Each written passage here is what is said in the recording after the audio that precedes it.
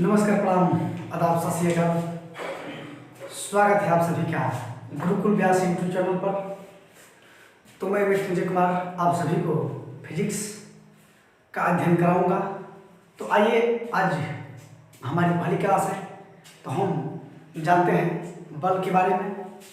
बल क्या है, बल की परिभाषाएं क्या है, बल के कौन कौन से गुण हैं। तो आइए आज हम सीखते हैं बल क्या है। बल, फोर्स,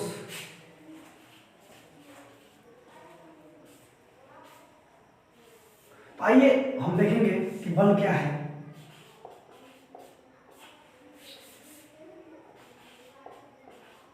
बल, फोर्स, तो हम कह सकते हैं कि बल वह बाह्य कारक है जो किसी वस्तु की स्थिति परिवर्तित करता है या परिवर्तन करने की चेष्टा करता है। हम सामान्य भाषाओं में यह भी कह सकते हैं कि खिंचाव या धक्का को बल कहते हैं। बल, आइए देखते हैं कि इनकी परिभाषा क्या है। बल वह बाह्य कारक है, बल वह बाह्य कारक है जो किसी वस्तु की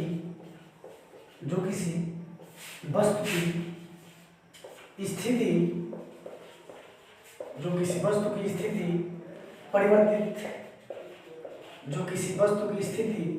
परिवर्तित करता है तथा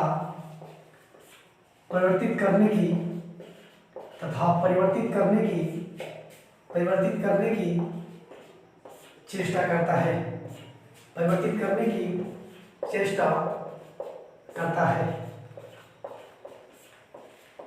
हम सामान्य भाषाओं में यह भी कह सकते हैं कि खिंचाव या धक्का को बल कहते हैं। तो आइए हम अब चित्र के द्वारा समझेंगे कि बल क्या है। मान लीजिए यहाँ कोई एक वस्तु है और एक व्यक्ति है। मान लीजिए कि यह व्यक्ति इस वस्तु पर अपना बल लगा रहा है। तो मान लीजिए कि यह व्यक्ति इस वस्तु पर बल लगाएगा, तो बल लगा रहा है तो या तो वस्तु स्थिर अवस्था में खड़ी रहेगी या अपनी स्थिति को परिवर्तित कर देगी। तो मान लीजिए पहले वस्तु बिंदु ए पर थी, उसके बाद जब इस पर कोई व्यक्ति ने बल लगाया तो वस्तु बिंदु बी पर चली गई। तो यहाँ जब बल लगा तो वस्तु की स्थिति परिवर्तित हुई। हमने परिभाषा में देखा कि बल लगाने से किसी वस्तु की स्थिति परिवर्तित होती है या परिवर्तित होने की चेष्टा करती है। अब देखिए, मान लीजिए कि हमने सामान्य भाषाओं में हम लोग ये भी कह सकते हैं कि धक्का या खिंचाव को बल कहते हैं। मान लीजिए कि यहाँ कोई गाड़ी है, यहाँ कोई गाड़ी खड़ी है, व्यक्ति इस गाड़ी पर बल लगा रहा है। बल लगाएगा तो गाड़ी आगे की तरफ बढ़ेगी। तो मान लीजिए बिंदु ए पर गाड़ी खड़ी थी, जब कोई व्यक्ति ने बल लगाया तो यह गाड़ी अपनी स्थिति बदलकर बिंदु बी पर चली गई। तो हम लोग चित्र में भी देख रहे हैं कि बल लगाने पर वस्तु की स्थिति बदल रही है। जब कोई वस्तु ने धक्का लगाया तो वस्तु की स्थिति बदलकर बिंदु ए से बिंदु बी पर चली गई। तो हम लोग चित्र के द्वारा ही समझ सकते हैं कि बल क्या है। मान लीजिए कि बल हमेशा दो वस्तुओं के बीच कार्य करता है। मान लीजिए कि एक वस्तु, ये व्यक्ति हो गया। मान लीजिए कि पहला वस्तु एक व्यक्ति हो गया तथा दूसरा व्यक्ति गाड़ी हो गई। तो जब दो वस्तु मिलेगी तभी बल कार्य करेगा। एक वस्तु पर बल कार्य नहीं करता है, बल हमेशा दो वस्तुओं के बीच कार्य करता है। देखिए चित्र में एक वस्तु व्यक्ति है तथा दूसरा वस्तु बल गाड़ी है। तो बल हमेशा दो वस्तुओं के बीच कार्य कर रहा है। आइए कि वस्तु और कोई व्यक्ति किसी वस्तु पर बल लगा रहा है तो वस्तु आगे की तरफ बढ़ रही है। तो मान लीजिए कि यहाँ कोई वस्तु है और कोई व्यक्ति इस वस्तु पर बल लगा रहा है। तो जब इधर से बल लगाएगा तो गाड़ी यहाँ से यहाँ तक पहुँच जाएगी। हमने देखा कि जब वस्तु यहाँ थी, कोई व्यक्ति अगर इधर से बल लगा रहा है तो वस्तु बिंदु ए से बिंदु बी तक पहुँच जाती है। तो हम कह सकते हैं कि बल लगाने पर वस्तु की स्थिति परिवर्तित हो रही है। तो आइए हम आगे देखते हैं कि बल के और कौन कौन से गुण हैं।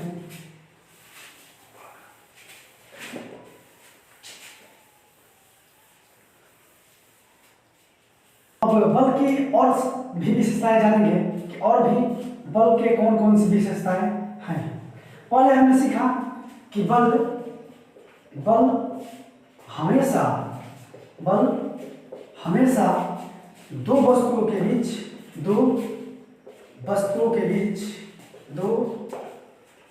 के बीच कार्य करता है। बल हमेशा दो वस्तुओं के बीच कार्य करता है। हमने चित्र के द्वारा समझा था कि यहाँ कोई गाड़ी थी, कोई व्यक्ति इस गाड़ी पर बल लगा रहा था।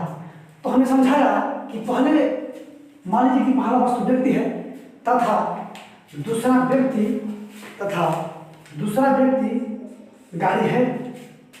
तो गाड़ी ने वस्तु पर बल लगाया। देखिए, बल हमेशा दो वस्तुओं के बीच कार्य करता है। पहला वस्तु व्यक्ति हो गया, दूसरा वस्तु गाड़ी हो गई। तो बल हमेशा दो वस्तुओं के बीच कार्य करता है। अगर हम मान लीजिए कि खड़े हैं, मान लीजिए कि हमारे आसपास कोई नहीं है, हमने बल लगाया, इधर से माना कि धकेला तो बल नहीं लग रहा है। अगर हमने मान लीजिए कि बोर्ड पर बल लगाया, इधर से लगाएंगे तो हम लोग बल का अनुभव कर पाएंगे कि बल लग रहा है। लेकिन हम हवा में ऐसे करेंगे, बल लगाएंगे तो बल नहीं लगेगा। बल हमेशा दो वस्तुओं के बीच कार्य करेगा। अब देखिए अगले पॉइंट की बात करेंगे। अगला पॉइंट क्या है? अगला पॉइंट है कि बल जिस दिशा में लगेगा,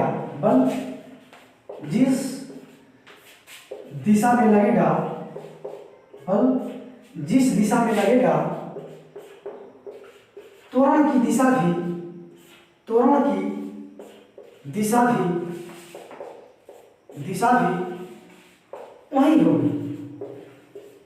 वही होगी। हमने कहा कि बल जिस दिशा में लगेगा त्वरण की दिशा भी वही होगी। मान लीजिए कि यहाँ कोई वस्तु है, मान लीजिए यहाँ कोई एवं द्रव्यमान की वस्तु है। कोई व्यक्ति इस एवं द्रव्यमान की वस्तु पर F न्यूटन का बल लगा रहा है। तो मान लीजिए कि बल की दिशा इस तरफ है, तो जब किसी भी वस्तु पर बल लगेगा तो त्वरण भी उत्पन्न होगा। जब किसी वस्तु पर बल नहीं लगेगा तो त्वरण उत्पन्न नहीं होगा। हमने मान लीजिए कि एम द्रव्यमान की वस्तु पर बल लगाया, तो जब बल लगाएंगे तो हमारा त्वरण भी उत्पन्न होगा। जिस दिशा में बल लगेगा उसी दिशा में त्वरण भी उत्पन्न होगा। तो आइए हम देखते हैं। मान लीजिए कि वस्तु का द्रव्यमान m है। वस्तु का द्रव्यमान m है। वस्तु पर F न्यूटन का बल लगाया जा रहा है। वस्तु पर लगा बल इक्वल टू F। मान लीजिए वस्तु पर हमने F न्यूटन का बल लगाया, तो समझेंगे कि बल बराबर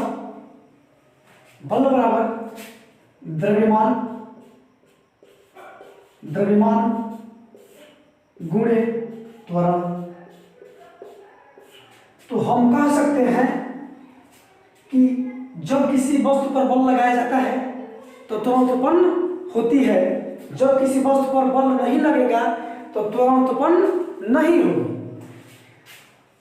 जिस दिशा में बल लगेगा, बल की जो दिशा होगी त्वरण की दिशा भी वही होगी। तो हम सभी अब जानेंगे कि बल सदिश राशि है कि अदिश राशि है। तो हमने 2 पॉइंट सीखा कि जब किसी वस्तु पर बल लगेगा, बल जिस दिशा में लगेगा उसी दिशा में त्वरण भी होगा। तो आइए अब हम देखते हैं बल सदिश राशि है कि अदिश राशि है। निकालेंगे। मान लीजिए बल बराबर हमने पढ़ा द्रव्यमान गुणे त्वरण। देखिए द्रव्यमान गुणे त्वरण, तो त्वरण हम जानते हैं कि सदिश राशि है। त्वरण जब सदिश राशि है तो बल भी हमारा सदिश राशि होगा। मान लीजिए तो बल, अब ये पॉइंट बनाएंगे हम कि बल सदिश राशि है। बल सदिश राशि है। अब अगले बिंदु पॉइंट की बात करेंगे हम लोग। मान लीजिए कि जब हम किसी वस्तु पर बल लगाया, जिस वस्तु पर बल लगाया उस वस्तु में त्वरण उत्पन्न होगा। वस्तु स्थिर अवस्था में है। अगर मान लीजिए बल हमने लगाया, इस वस्तु पर हम लोगों ने बल लगाया, तो वस्तु स्थिर अवस्था में अगर रह गई, जब वस्तु स्थिर अवस्था में रह गई तो हमारा त्वरण भी शून्य हो जाएगा। जब वस्तु अपनी स्थिति को चेंज करेगी, जब वस्तु की स्थिति चेंज होगी तो त्वरण भी चेंज होगा। अगर वस्तु की स्थिति चेंज नहीं हुई तो हमारा त्वरण भी शून्य हो जाएगा। तो अगर वस्तु में परिवर्तन हुआ तो त्वरण में भी परिवर्तन होगा, बल में भी परिवर्तन होगा। अगर वस्तु की स्थिति सेम पोजीशन पर रह गई, सेम स्थिति में रह गई, तो वस्तु का त्वरण भी सेम रह जाएगा। तो आइए हम अब पढ़ेंगे बल का मात्रक। बल का मात्रक निकालेंगे। मात्रक में जानेंगे कि द्रव्यमान का मात्रक होता है किग्रा। द्रव्यमान का मात्रक किग्रा गुणे त्वरण का मात्रक होता है मीटर प्रति सेकेंड का स्क्वायर। तो बल का मात्रक हुआ किग्रा इंटू मीटर अपान सेकेंड के स्क्वायर। हम लोग इसी मात्रक को न्यूटन भी कहते हैं, इसी मात्रक को न्यूटन कहते हैं। अब देखते हैं, 1 न्यूटन बराबर 10 के पावर 5 डाइन। ये प्रश्न हर एक एग्जाम में पूछा जाता है।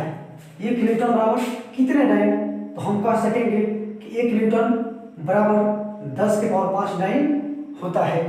तो आइए दोस्तों, हम सभी और मिलते हैं अगली क्लास में गति, laws of motion, motion and laws of motion, गति और गति के नियम के साथ। तो हमारे इस गुरुकुल व्यास यूट्यूब चैनल को सब्सक्राइब कीजिए। नमस्कार, धन्यवाद। मिलते हैं अगली वीडियो के साथ।